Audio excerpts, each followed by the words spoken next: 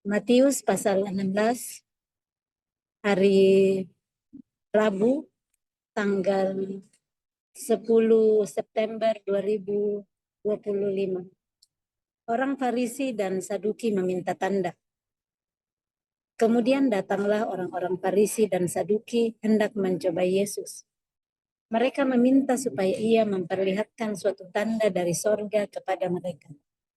Tetapi jawab Yesus, pada petang hari, karena langit merah, kamu berkata hari akan cerah.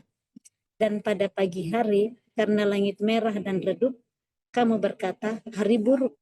Rupa langit kamu tahu membedakannya, tetapi tanda-tanda zaman tidak.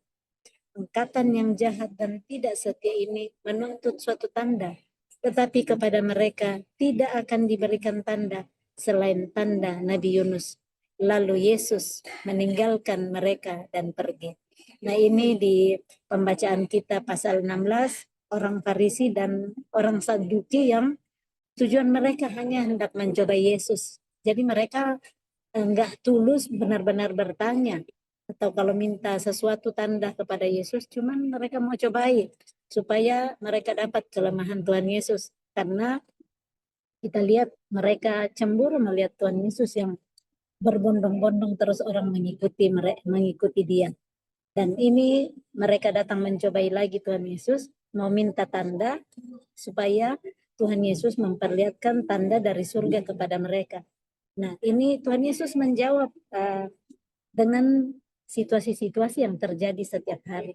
Nah, Tuhan Yesus menjawab di sini bahwa pada petang hari karena langit merah orang berkata hari akan cerah. Nah, kadang kita seperti itu ya. Kita melihat situasi ada langit yang merah, kita melihat bahwa akan ada hari yang cerah. Nah, orang biasa eh, tahu untuk mengira-ngira, memperkirakan hanya dengan melihat situasi di atas langit. Kalau lagi agak redup, mereka bilang hari buruk. Nah, ini Tuhan Yesus bilang bahwa rupa langit kamu tahu membedakannya, tetapi tanda-tanda zaman tidak. Angkatan yang jahat dan tidak setia ini menuntut suatu tanda. Tuhan Yesus tidak takut-takut bilang ya, ini tidak setia, angkatan yang tidak setia. Dan Yesus tidak tinggal untuk mengurus mereka. Dikatakan di situ bahwa tetapi kepada mereka tidak akan diberikan tanda seperti yang mereka minta. Kan mereka minta diberi tanda dari surga. Tapi Tuhan Yesus bilang kepada mereka nggak akan diberikan tanda selain tanda Nabi Yunus. Nah, kita tahu kan tanda Nabi Yunus di mana 3 hari 3 malam di dalam perut ikan. Nah, itu sudah menggambarkan eh, kematian Tuhan Yesus yang 3 hari 3 malam akan ada di dalam tanah, akan ada di bawah bumi di dalam kuburan dan dia bangkit kembali. Nah, disebut di sini lalu Yesus meninggalkan mereka dan pergi. Yesus nggak tinggal mau merasa nggak enak, harus tinggal sama mereka. Dia tinggalkan orang Farisi dan orang Saduki ini. Nah, kita harus belajar dari teladan Yesus. Kadang kita kan nggak enakan, nggak enakan sama orang, kita paksa-paksa tinggal sama orang yang padahal sebenarnya kita nggak nyaman sama mereka. Nah, ada firman Tuhan kan kita sudah baca di Matius 5 ayat 37 ya. Jika ya katakanlah ya, jika tidak katakan tidak. Yang lebih daripada itu adalah dari si jahat. Jadi Yesus berani untuk meninggalkan mereka, enggak tidak enakan. Nah, ini banyak sekali kita, khususnya orang Indonesia, banyak sekali kita enggak enakan ya. Sebenarnya kita enggak mau, tapi enggak enak nanti orang bilang apa, ya terpaksa kita lakukan. Nah, mari berani berdiri seperti Tuhan Yesus untuk berkata ya kalau ya dan tidak kalau tidak. Kita lanjut berikutnya tentang ragi orang Farisi dan Saduki. Pada waktu murid-murid Yesus menyeberang danau, mereka lupa membawa roti. Yesus berkata kepada mereka, berjaga-jagalah dan waspadalah terhadap ragi orang Farisi dan Saduki. Maka mereka berpikir-pikir dan seorang berkata kepada yang lain, itu dikatakannya karena kita tidak membawa roti. Dan ketika Yesus mengetahui apa yang mereka perbincangkan, ia berkata, mengapa kamu memperbincangkan soal tidak ada roti? Hai orang-orang yang kurang percaya. Belum juga kamu mengerti? Tidak kamu ingat lagi akan 5 roti untuk 5.000 orang itu, dan berapa bakul roti kamu kumpulkan kemudian? Ataupun akan 7 roti untuk 4.000 orang itu, dan berapa bakul kamu kumpulkan kemudian? Bagaimana mungkin kamu tidak mengerti bahwa bukan roti yang kumaksudkan? Aku berkata kepadamu, waspadalah terhadap ragi orang Farisi dan Saduki. Ketika itu barulah mereka mengerti bahwa bukan maksudnya supaya mereka waspada terhadap ragi roti, melainkan terhadap ajaran orang Farisi dan Saduki. Nah, kita bisa lihat di sini yang murid-murid alami itu kita juga sering alami. Kita terlalu cepat berpersepsi. Kita terlalu cepat menduga-duga ya. Ini Yesus berkata tentang waspada terhadap ragi orang Farisi dan Saduki. Murid-murid berpikir bahwa itu adalah karena mereka nggak bawa roti. Mereka berpikir dan berbicara seorang kepada yang lain. Yesus bilang begitu karena kita tidak bawa roti. Kenapa Tuhan Yesus bicara tentang waspada terhadap ragi orang Farisi dan Saduki?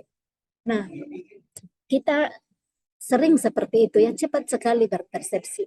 Kita terlalu cepat mengira-ngira apa yang di dalam pikiran orang. Padahal tidak seperti itu. Nah, baik kita nggak terlalu cepat menduga-duga, kan kita biasa menduga ya, orang kita lihat di depan lagi mungkin gak senyum sama kita langsung menduga, ini orang sombong banget, ini orang pemarah banget saya lihat. Padahal mungkin kasihan orang itu lagi memikirkan anaknya yang sakit atau suaminya yang lagi tidak ada pekerjaan. Nah, kita cepat sekali menghakimi di sana. Nah, Yesus kan sudah ngajarin di pasal-pasal sebelumnya, janganlah kamu menghakimi supaya kamu juga tidak dihakimi. Nah, ini pelajaran dari murid-murid Tuhan Yesus yang berpikir-pikir yang lain, padahal Tuhan Yesus nggak maksud seperti itu. Baik kita belajar untuk tidak terlalu cepat memikir-mikirkan atau menduga-duga tentang orang-orang, tentang seseorang, karena mungkin saja itu tidak benar seperti yang kita pikirkan. Baik kita pakai terus ya Filipi 4 ayat 8 untuk melihat orang, memikir-mikirkan orang supaya yang baik yang kita lihat, bukan yang jelek yang kita lihat di orang lain. Jadi di sini kita lihat bahwa setelah murid-murid berkata bahwa Yesus bilang begitu karena mereka lupa bawa roti, Yesus bongkar. Ini kamu seperti ini, kita baru-baru saja, kamu belum ngerti ya. Baru saja Tuhan Yesus memberi makan 5.000 orang dengan 5 roti dan 2 ikan.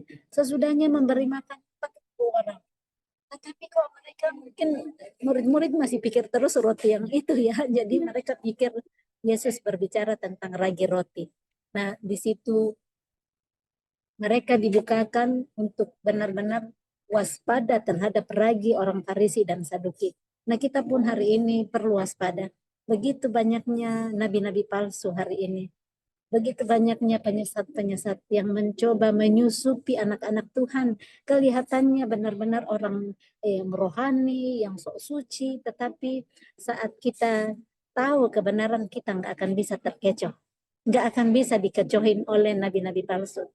Saya cerita minggu lalu ya, saya ke kota. Di jalan itu mereka pasang ayat Alkitab. Nah, saya lihat ada seorang perempuan muda di situ yang di stand, seperti stand ya, ada gambar Alkitab dia pasang, dan ada sepasang suami istri agak tua, agak menjauh-jauh dari anak muda ini. Nah, saya sudah mau jalan, tapi seperti hati saya tertarik untuk bicara sama ini anak muda. Saya pergi menyapa, salam, dan saya bilang, oh ya kamu orang Kristen ya, ada ayat Alkitab begini. Dia bilang, oh iya kami ada website, kami ada ini. Dan saat dia mulai berbicara tentang kata Jehovah, saya langsung sadar. Jadi ternyata yang satu pasang orang itu, jadi mereka ternyata tim 3 orang. Cuma kok agak menjauh-jauh yang sepasang suami istri ya. Jadi cara mereka untuk menginjili dengan apa yang mereka percayai. Jadi kalau kita nggak tahu kebenaran, kita akan cepat sekali terkecoh. Tetapi saya tahu kalau sudah berkata tentang kata J tadi ya, itu saya tahu bahwa orang-orang seperti ini memang mereka punya kepercayaan tentang Yesus yang mereka percaya, tapi saya tahu kepercayaan yang saya punya yang dengan firman Tuhan. Jadi sesudah mereka bilang gitu, saya langsung bilang terima kasih, saya salam mereka dan saya pergi. Saya nggak mau cerita lagi. Nah, jadi seperti itu sih yang Tuhan Yesus mengajarin murid-muridnya untuk tidak untuk waspada terhadap ragi orang Farisi dan Saduki, ajaran-ajaran. Jadi kita harus waspada terhadap banyaknya ajaran di sekitar kita saat ini. Begitu banyaknya orang yang sekarang pakai TikTok, pakai YouTube, pakai Facebook, pakai semua untuk membagikan semua yang mereka percaya. Nah, kita harus tetap ingat ya kata-kata Tuhan Yesus, cerdik seperti ular, tulus seperti merpati, dan waspada terhadap semua orang. Waspadalah. Dan bagaimana kita bisa waspada menjaga diri kalau kita sendiri nggak tahu kebenaran. Makanya jangan malas baca Alkitab, karena dari Alkitab kita akan tahu kebenaran. Mau diputar apapun itu firman Tuhan, kita pasti nggak terkecoh saat kita tahu kebenaran dengan tuntunan Roh Kudus. Kita lanjut pengakuan Petrus ayat yang ke-13. Setelah Yesus tiba di daerah Kaisarea Filipi, ia bertanya kepada murid-muridnya, kata orang, siapakah anak manusia itu? Jadi ini Tuhan Yesus tiba di daerah Kaisarea Filipi, dia bertanya kepada murid-muridnya sendiri ya. Murid-muridnya dia tanyain, kata orang siapakah anak manusia itu? Nah, jawab mereka ayat 14. Ada yang mengatakan Yohanes Pembaptis, ada juga yang mengatakan Elia, dan ada pula yang mengatakan Yeremia atau salah seorang dari para nabi. Jadi macam-macam pendapat orang tentang siapakah anak manusia itu. Jadi itu jawaban murid-murid yang mendengar dari masyarakat apa yang mereka pikir siapakah anak manusia itu. Jadi ada yang bilang, oh itu Yohanes Pembaptis, ada yang bilang Elia, ada yang bilang Yeremia, atau salah seorang dari nabi. Nah, ayat 15, lalu Yesus bertanya kepada mereka, tetapi apa katamu? Siapakah aku ini? Jadi dibalikin ini pertanyaan kepada murid-muridnya. Nah, kalau kamu ditanya, siapakah aku ini? Apa jawabmu? Kurang lebih seperti itu pertanyaan Tuhan Yesus. Ayat 16. Maka jawab Simon Petrus, engkau adalah Mesias, anak Allah yang hidup. Yang pertama menjawab dari ke-12 murid adalah Simon Petrus. Dia dengan yakin berkata, engkau adalah Mesias, anak Allah yang hidup, bukan yang mati ya. Jadi dia mendeklarasikan bahwa anak manusia itu adalah Mesias, anak Allah yang hidup. Ayat 17, kata Yesus kepadanya, berbahagialah engkau Simon bin Yunus, sebab bukan manusia yang menyatakan itu kepadamu, melainkan Bapakku yang di surga. Yesus tahu bagaimana mungkin Simon Petrus tahu bahwa dia anak Allah yang hidup kalau bukan Bapa yang bukakan rahasianya kepada Simon Petrus. Jadi Tuhan berkata, Yesus berkata, berbahagialah engkau Simon bin Yunus, disebut papanya ya, anaknya Yunus ini Simon. Sebab bukan manusia yang menyatakan itu kepadamu, melainkan Bapakku yang di sorga. Ayat 18. Dan aku berkata kepadamu, engkau adalah Petrus, dan di atas batu karang ini aku akan mendirikan jemaatku, dan alam maut tidak akan menguasai. Ya, kita bisa lihat di sini bahwa Yesus melanjutkan perkataannya ya, bahwa dia Petrus berkata bahwa engkau adalah Petrus, dan di atas batu karang ini aku akan mendirikan jemaatku, dan alam maut tidak akan menguasainya. Jadi bagaimana Tuhan melihat Petrus di situ, di atas batu karang akan didirikan jemaat, dan alam maut tidak akan menguasai. Ayat 19, kepadamu akan kuberikan kunci kerajaan surga. Wow, Petrus dijanji, dikatakan akan diberikan kunci kerajaan surga. Nah, kita punya kunci rumah ya. Kita punya kunci rumah, kalau kita mau masuk rumah, kalau nggak bawa kunci nggak bisa masuk ke rumah. Nah, ini Yesus mempercayakan kunci kerajaan surga kepada Petrus. Dikatakan di sini, apa yang kau ikat di dunia, apa yang kau ikat di dunia ini akan terikat di sorga. dan apa yang kau lepaskan di dunia ini akan terlepas di sorga. Ini ayat yang dulu sekali saya bingung sekali apa sih maksudnya ini mengikat dan melepaskan. Tapi puji Tuhan dari waktu ke waktu semakin Roh Kudus bukakan dengan bimbingan mentor-mentor, dan saya ngerti ternyata yang kita diikat di bumi itu ikat semua yang kejahatan-kejahatan, sakit penyakit, kelemahan diikat, dan itu akan diikat juga di surga. Dan kita lepaskan yang di surga itu, apa yang terlepas berkat-berkat, damai sejahtera, sukacita, eh, eh, saling mengasihi, kita lepaskan semua itu. Jadi kita bisa mengatakan, melepaskan kepada orang yang mungkin menyakiti kita, kita lepaskan kasih, kita lepaskan berkat, dan kita ikat roh-roh pemarah yang ada di dalam orang itu. Dan saat kita ikat, di sorga juga terikat. Saat kita lepaskan, di sorga juga terlepas. Ayat 20. Lalu Yesus melarang murid-muridnya supaya jangan memberitahukan kepada siapapun bahwa ia Mesias. Jadi saat Yesus bertanya tadi kepada muridnya, Petrus yang menjawab bahwa ia Mesias, tapi Yesus melarang mereka untuk memberitahukan kepada siapapun bahwa ia adalah Mesias. Kita lanjut ke perikop berikut. Pemberitahuan pertama tentang penderitaan Yesus dan syarat-syarat mengikut dia. Ini pertama kali pemberitahuan kepada murid-murid tentang penderitaannya. Dan ada syarat untuk mengikuti dia. Nggak ditulis syarat, tetapi syarat-syarat. Berarti nggak cuma satu syarat ya, ada lebih dari satu syarat. Ayat 21. Sejak waktu itu Yesus mulai menyatakan kepada murid-muridnya bahwa ia harus pergi ke Yerusalem dan menanggung banyak penderitaan dari pihak tua-tua, imam-imam kepala, dan ahli-ahli Taurat, lalu dibunuh dan dibangkitkan pada hari ketiga. Nah, kalau murid-murid mendengar seperti ini, gurunya bilang ya, oh saya harus pergi ke Yerusalem, saya harus banyak menanggung penderitaan dari pihak tua-tua, imam-imam kepala, ahli-ahli Taurat, lalu dibunuh dan dibangkitkan pada hari ketiga.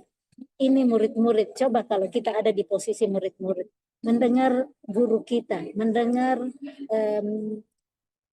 mentor kita, mendengar orang yang kita sayang akan mengalami banyak penderitaan, akan dibunuh. Pasti kita yang diperhatikan itu, biasanya kalau saya dengar kalimat seperti itu, yang saya perhatikan yang berat-beratnya ya, ini akan dibunuh, akan menanggung penderitaan. Tetapi nggak lihat ada kata terakhir itu, dan dibangkitkan pada hari ketiga. Ada janji di sana bahwa pada hari ketiga Yesus akan dibangkitkan. Sudah ada janji, tetapi murid-murid cuma nangkap. Kita bisa lihat nanti murid-murid cuma nangkapnya tentang Yesus yang akan menderita, Yesus yang akan dibunuh. Mereka nggak konsentrasi menyimpan kata dan dibangkitkan pada hari ketiga. Padahal itu sangat-sangat penting untuk kita pegang. Nah, yang seperti itu kadang kita alami ya. Saya sendiri kadang kalau saya dengar kalimat yang ininya aja yang saya simpan. Kalau sudah banyak, oh ya nantinya akan begini, akan yang maksudnya yang negatif kadang ya. Dan padahal ada yang positif di dalam sana, dibangkitkan pada hari ketiga. Nah, karakter kita yang sering menyimpan yang negatifnya itu sanggup Tuhan Yesus ubah melalui Roh Kudus saat kita bekerja terus, kita pakai terus Filipi 4 ayat 8, mulai pikirkan semua yang baik, yang benar, yang mulia, yang adil, yang suci, yang disebut kebajikan dan patut dipuji, maka lama-kelamaan kita bisa, mata kita akan melihat yang baik. Oh ternyata ada kalimat yang disebutkan di akhir, dibangkitkan pada hari ketiga. Ada harapan di sana. Benar akan dibunuh, tetapi dia hanya mati selama 3 hari dan dia akan dibangkitkan pada hari ketiga. Pegang ini karena akan lanjut nanti di perjalanan kisah Yesus, supaya kita ingat Yesus sudah memberitahukan di Matius pasal 16 tentang penderitaannya, tentang kematiannya, dan tentang kebangkitannya. Ayat 22. Tetapi Petrus menarik Yesus ke samping dan menegur dia. Katanya, Tuhan, kiranya Allah menjauhkan hal itu. Hal itu sekali-kali tak akan menimpa engkau. Kan yang saya bilang tadi bahwa yang ditangkap Petrus itu hanya Yesus yang akan menderita, Yesus yang akan mati, dibunuh. Dia nggak lihat, dia nggak perhatikan yang kata Yesus akan bangkit pada hari ketiga. Sehingga Petrus marah, ya dia sok jagoan nih, sok pahlawan, tarik Yesus. Dimarahin tuh Yesus. Yesus, kok kamu bilang gitu? Saya imani bahwa tidak akan terjadi sama kamu. Nah, kita kadang seperti itu ya, kalau yang kelihatannya tidak baik, yang kelihatannya tidak manis, kita nggak mau itu terjadi. Kita mau saja, oke, kita deklarasikan semua baik, semua tidak ada yang sakit, tidak ada yang ini. Tapi ternyata Tuhan izinkan, Tuhan Yesus, Bapaknya izinkan Tuhan Yesus menanggung penderitaan. Bapaknya izinkan dia dibunuh karena saat dia melewati semua itu, rencana Tuhan dalam hidupnya terjadi. Nah, kita nggak tahu rencana Tuhan bagaimana dalam hidup kita. Mungkin kita melewati juga menanggung penderitaan, menanggung kematian. Bukan kematian badan kita, tapi mati harga diri, mati diperlakukan tidak adil. Tetapi mungkin bagian kita seperti itu, melewati bagian-bagian penderitaan, melewati bagian-bagian kematian, supaya rencana Allah terjadi dalam hidup kita. Yesus tanpa kematian, Yesus tanpa menanggung penderitaan, rencana Bapa tidak akan terjadi melalui hidupnya. So mari kita lihat teladan Yesus untuk terus menguatkan hati kita saat kita berbeban berat, saat kita menderita, harus menanggung penderitaan, tidak diperhatikan orang, disisihkan orang, nggak diperhatikan pasangan, atau apapun yang kita alami. Kita lihat bagaimana Yesus melakukan dan sudah mendahului kita. Ayat 23, maka Yesus berpaling dan berkata kepada Petrus, enyahlah iblis. Yesus bilangin iblis sama Petrus, yang bilangin, dia bisanya kan kita pikir, aduh Yesus kok gitu, Petrus kan baik banget sama dia, Petrus sayang sekali dia nggak mau terjadi hal-hal yang jelek kepada Yesus, tapi malah Yesus bilangin dia iblis loh.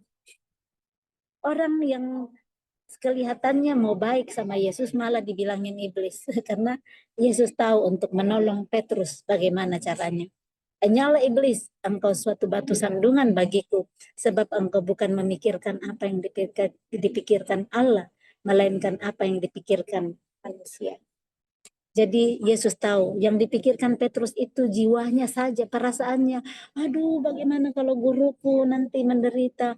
Aduh, bagaimana kalau guruku dibunuh? Nggak ada lagi panutan di depanku, nggak ada lagi guruku, nggak ada lagi yang akan menyembuhkan orang sakit. Banyak sekali pasti Petrus sudah memikir-mikirkan juga tentang dirinya sendiri.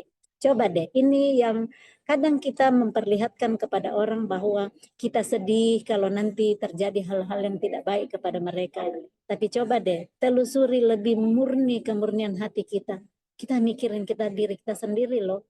Kalau dia mati saya akan bagaimana? Kalau dia begini nantinya bagaimana? Yang dipikirkan adalah diri kita. Coba melalui pelajaran Petrus ini, apa yang mengajarin kita? Kemurnian hati. Benar nggak? Kita pikir, kalau terjadi sesuatu, kita udah mulai mikirin diri kita sendiri. Betul, ada. Saya nggak bilang nggak ada. Adalah perasaan untuk kasihan kepada orang yang seperti dalam hal ini Yesus ya. Tetapi pasti memikirkan diri sendiri. Siapa yang ngajarin lagi kami ya? Siapa yang akan menuntun kami lagi nanti? Siapa yang akan meneduhkan angin badai? Siapa yang akan memberi makan 5.000 orang? Nggak ada lagi guru kami. Nah, kita lihat ayat berikutnya, ayat 24. Lalu Yesus berkata kepada murid-muridnya, setiap orang yang mau mengikut aku, ia harus menyangkal dirinya, memikul salibnya, dan mengikut aku. Ini syarat-syarat yang Yesus bilang tadi di perikop pembacaan kita di sini. Jadi Yesus bilang setiap orang, siapa saja yang mau mengikut aku, ia harus, ada keharusan di sini. Bukan ditawar-tawarkan, ya kalau kamu mau, kalau enggak apa-apa.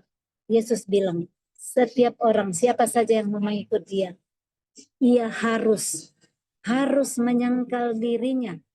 Satu. Kedua, memikul salibnya, baru mengikut Yesus. Jadi syarat pertama, menyangkali dirinya.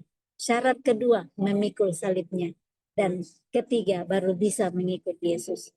Menyangkal diri bagaimana? Memikul salib bagaimana itu menderita banget, sangkalin diri. Kita mau dilihat orang, tapi kalau kita malah nggak dihargai orang. Kita malah dikesampingkan orang. Kita malah disisihkan dari pergaulan karena mungkin kita mencari Yesus. Nah, di sini kita perlu nyangkalin diri kita untuk bisa ngikut Yesus. Memikul salibnya, betapa beratnya saat dihianati. Tapi itu salib yang perlu ditanggung. Memikul salib supaya pasangan yang mengkhianati bisa nantinya mengenal Yesus. Memikul salib untuk anak-anak yang sakit dan tetap sabar menolong. Memikul salib untuk orang tua yang mungkin terlalu banyak sekali hal-hal permintaan, terlalu banyak minta diperhatikan. Tapi pikul salib karena kita tahu mengasihi orang tua, merawat orang tua adalah menjadi bagian kita. Dan saat kita mau melakukan seperti itu, barulah Yesus bilang, kamu bisa mengikut aku. Ayat 25, karena barang siapa mau menyelamatkan nyawanya, ia akan kehilangan nyawanya. Tetapi barang siapa kehilangan nyawanya karena aku, ia akan memperolehnya. Jadi kadang kita mau terus berusaha menyelamatkan nyawa kita ya. Kita nggak mau kehilangan harga diri, kita nggak mau kehilangan gengsi, kita nggak mau kelihatan jelek-jeleknya. Coba aja untuk saya sih kadang kalau mau foto, perbaiki dulu rambut. Alis mau dilihat nggak hilang nih alisku sepotong atau gimana ya. Selalu kita mau yang nyawa kita supaya tampilnya bagus. Tetapi Yesus bilang kalau satu kali saya diminta untuk nggak usah pasang alis Elma, nggak usah gambar alis untuk kamu menjadi memberikan kesaksian, saya harus rela alisku nggak ada di situ, harus memperlihatkan alis yang nggak yang tipis itu kalau kemuliaan Tuhan akan dinyatakan di sana. Jadi kalau kita rela kehilangan nyawa karena aku kata Yesus, bukan karena kehilangan nyawa supaya bukan karena Yesus. Jangan sampai bilang, oh ya saya mau kehilangan nyawa. Yesus bilang, tapi harus lihat dulu. Itu karena Yesus, maka kita akan memperoleh kembali nyawa kita. Ayat 26. Apa gunanya seorang memperoleh seluruh dunia tetapi kehilangan nyawanya? Dan apakah yang dapat diberikannya sebagai ganti nyawanya? Sebab anak manusia akan datang dalam kemuliaan Bapaknya diiringi malaikat-malaikatnya. Pada waktu itu ia akan membalas setiap orang menurut perbuatannya. Garis bawah itu ya. Pada saat Yesus datang, dia akan membalas setiap orang menurut perbuatannya. So, apa saja yang kita bikin di bumi ini selagi kita masih hidup, kita akan dibalaskan perbuatan kita itu. Kalau kita tahu seperti itu, pasti kita tidak akan berbuat jahat kepada orang. Pasti kita tidak akan bohong sama orang. Pasti kita tidak akan mengkhianati orang lain. Karena ternyata akan dibalaskan kepada kita menurut perbuatan kita. Nah, di ayat 26 dikatakan, apa gunanya seorang memperoleh seluruh dunia tetapi kehilangan nyawanya? Apa gunanya kita punya 10 rumah, 30 mobil, tetapi kita kehilangan nyawa kita? Apa yang akan bisa diberikan sebagai ganti nyawa kita? Coba lihat orang-orang yang mungkin punya banyak sekali harta, tetapi mereka nggak dapat nyawa. Karena nggak ada Yesus di dalam hidup mereka. Satu-satunya jalan dan kebenaran dan hidup hanyalah Tuhan Yesus. Di bawah kolong langit ini, hanya nama Yesus yang olehnya kita mendapat keselamatan. Kisah para Rasul 4 ayat 12. Kita lanjut ayat 28. Aku berkata kepadamu, sesungguhnya di antara orang yang hadir di sini, ada yang tidak akan mati sebelum mereka melihat anak manusia datang sebagai raja dalam kerajaannya.